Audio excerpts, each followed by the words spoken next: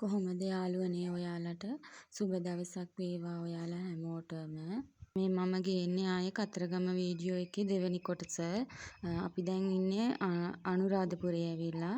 අපි කතරගම ඉඳන් උදේම පිටත් වුණා අනුරාධපුරේට. ඊට පස්සේ එහෙ බෝඩිමක නතර වෙලා ඉඳලා තමයි රූම් එකක ඉඳලා තමයි අපි මේ ආවේ. දැන් මේ එන ගමන් උදේ පාන්දරම පිටත් වෙච්ච වෙලාවේ හම්බුණ පන්සල මට දැන් නම මතක නෑ. ඊට පස්සේ අපි ආවා පොළොන්නරුවේ ගල් විහාරෙට. මෙතන ගොඩාක් විස්තර පැහැදිලි කරලා කියනවා.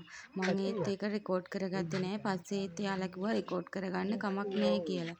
එතකොට අපි එන්න ඇවිල්ලා ඔය තියෙන ගල් විහාරේ අපි එතනින් එන්න පිටත් වුණා. ඒක බලලා උදේම මේ වෙලාවේ හොඳටම රස්නේ. ඒගොල්ලෝ බිමට පිදුරු දාලා තිබුණේ. මේ තියෙන්නේ අපි පහුවෙන්දා උදේ පාන්දරම නතර වෙලා ඉඳලා මේ ශ්‍රී මහා බෝධියට යනවා. උදේ පාන්දරම තමයි අපි ශ්‍රී මහා බෝධියට යන්නේ. අවුව වැඩි නිසා ඔය මග තියෙන තැනෙන්දා කෙනෙක්ගෙන් මල් ගත්තා. මගෙන් අරන් යන එක මල් ලාභයි.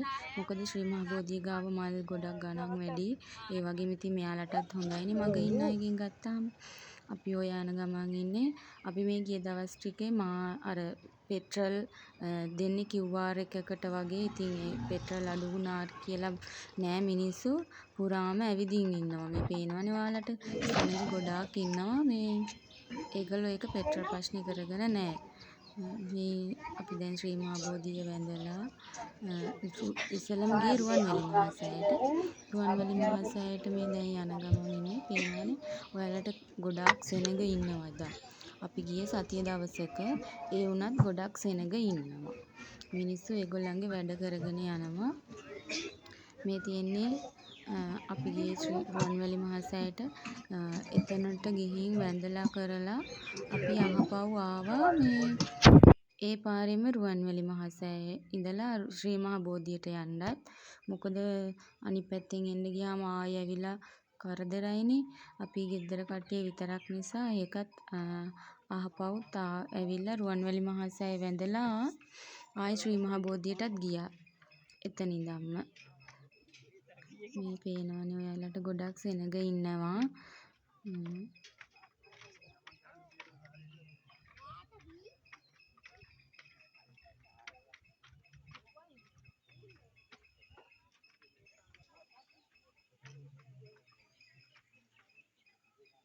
මම වැඩි වීඩියෝ කරේ නෑ. සෙනඟ වැඩි. මට චූටි මැණිකෙත් එක්කලා වීඩියෝ කරන්න අමාරුයි. දැන් මේ තියෙන්නේ අපි රුවන්වැලි මහා සෑයේ ඉඳලා ශ්‍රී මහා බෝධියට ආපු වීඩියෝ එක.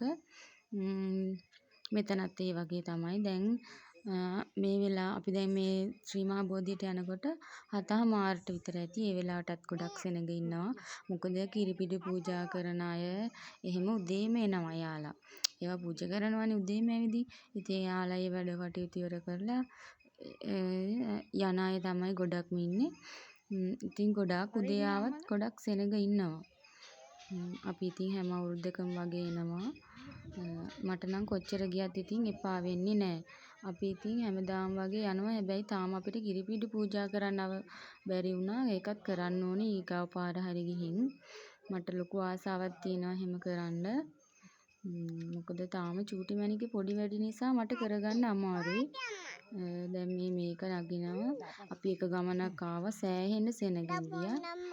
දැන් අපි ඒ වැඳලා අපි දැන් මේ යන ගමන් ඉන්නේ සමාධි පිළිමය ගාවට. චූටි මැණිකේ මගේ අතේ ඉන්නේ. කොච්චර කරත් යන්නේ නැහැ. ආච්චි අම්මා අඬ ගන්නවා. අර එහා පැත්තේ ළමෙක් පයින් යනවා එන්න කියලා අඬ ගන්නවා පයින් යන්න. එයා එන්නේ නැහැ. එයාවත් අරගෙන දැන් ඔය අපි පයින් යන ගමන් ඉන්නේ. එතකොට සමාධි පිළිමය ගාව සෙනඟ නැහැ. කඩවත් ඇරලා තිබුණේ නැහැ. ඒ තියෙනවනේ වෙළඳාම් කරන කට්ටිය ඉන්නවනේ. ඒ තරම් උදෙන් අපි ගියේ මොකද අවුව සැර වැඩි පයින් ඇවිදින්න අමාරුයි විහාරස්ථාන වලට මේ ඉතින් කවර් වෙන්නේ නැහනේ මොහොකින්වත්. හරිම රස්නේ පොළව. කකුල් පිච්චෙනවා. අපි ඉතින් සෙරප්පු දාගෙන යන්න බෑනේ ඉතින්. ඒ පන්සල් වලට යනකොට උදෙන් අපි යන්න පුළුවන් හැම එකටම යනවා. වැඩිය වඳින්නේ නැහැ. දැන් මෙතන වැඳලා උදේට කාලා එහෙම අපි උදේට කන එක වීඩියෝ වෙන්නේ නැහැ. කාලා එහෙම ඉතින් අපි ආයිමත් එන්න පිටත් වෙන්න තමයි හිතාගෙන ඉන්නේ. බලමුකෝ අපි දැන් මේ ඉන්නේ සමාධි පිළිම ගාවට යන තැනට. සමාධි පිළිම ගාවට යනකොට මාර නිදහස් එතන. උදේ පාන්දර නිසා සෙනගත් අඩුයි. මේ සමාධි පිළිමයෙන් බලන්න ටුවරිසම්ලා තමයි ගොඩක්ම එන්නේ. අනිත් අපේ විදේශ සංචාරකයෝ එරින්න ලංකාවේ ඇතිනවා. ඒ වුණාට යාලා මේක ඉතින් අර ගලින්ම නෙලන නිසා ඒගොල්ලෝ මේකට කැමති. මේකේ අර පොළොන්නරුවේ වගේ ගොඩක් එන්නේ විදේශ සංචාරකයෝ. ඒගොල්ලන්ට මේවා පුදුමයි ඉතින් හදලා තියෙන විදිය දැක්කාම. මේ හස්බන්ඩ් මල් පූජා කරනවා. අපි ඔක්කොමලම ඊට පස්සේ අපි එන්න පිටත් වෙලා අපි එහෙම එන පාරේ තව වීඩියෝ කරේ නෑ. අපි එහෙම දළදා මාලිගාවට ආවා. දළදා මාලිගාවේ නම් සෙනග ඉඳී නෑ. අපි එතකොට දවල් විතර ඇති. ඔව් දවල් 1ට විතර ඇති. ඒ වෙලාවේ සෙනග ඉඳී නෑ. පොඩ්ඩක් අවුවත් එක්ක ඇතුලේ යන්න තියෙන නිසා ඒක ගානක් නැදෙනි. අපි ගියා එහෙම දළදා මාලිගාවත් වැඳලා. ඊට පස්සේ අපි දළදා මාලිගාවේ අපි වෙනදට වඩා ඇතුලේ අර කෞතුකාගාරවල එහෙම ගියා. ඒක ඇතුලේ තියෙනවනේ කෞතුකාගාර 2ක් 3ක් විතර. අපි ඒ ටිකේ ගියා ටිකට් එකක් දීලා. ඒවා ඇත්තටම හොඳයි. ඉස්කෝලේ ළමයින්ට එහෙමනම් ගොඩක්ම වටිනවා. අපිත් ගියා මේ ගමන සෙනග අඩු නිසා. සෙනග වැඩි ඉන්න දවස් වලට නම් හරිම අමාරුයි යන්න තද බදේනේ. මේ ගමන මේ පාර ඉතින් සෙනග ඉඳියේ නෑ. අපි එන්නම ඊට පස්සේ එහෙ වැඳලා ගියා සඳගිරි සෑය බලන්න. මං හරි ආසාවෙන් ඉඳියේ සඳගිරි සෑය බලන්න යන්න. මොකද හාමුදුරුවන්ගේ වීඩියෝ බලලා අපිටත් යන්න හිතුණා ඒක. එහෙ පන්සල ලස්සනයි. ඇත්තටම අපි යනකොට නම් ඉතින් මේ හාමුදුරුවන්ගේ රෝස මල් වගාවේ රෝස මල් තිබුණේ නෑ. මං ගියේ වැඩිපුරම රෝස මල් බලන්න. හාමුදුරුවෝ ඒක පෙන්නනවනේ. ඒ වුණාට රෝස මල් තිබුණේ නෑ.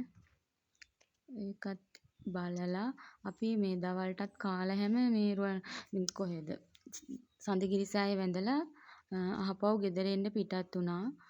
ඉතින් මේක පුංචි වීඩියෝ එකක්. එහෙනම් යාළුවනේ මේ වීඩියෝ එකෙන් මං සමුගන්නවා. ඔයාලට සුමන සමන් දෙවි පීඨයි කියලා හදවතින්ම ප්‍රාර්ථනා කරනවා. එහෙනම් අදට ගිහින් එන්නම්.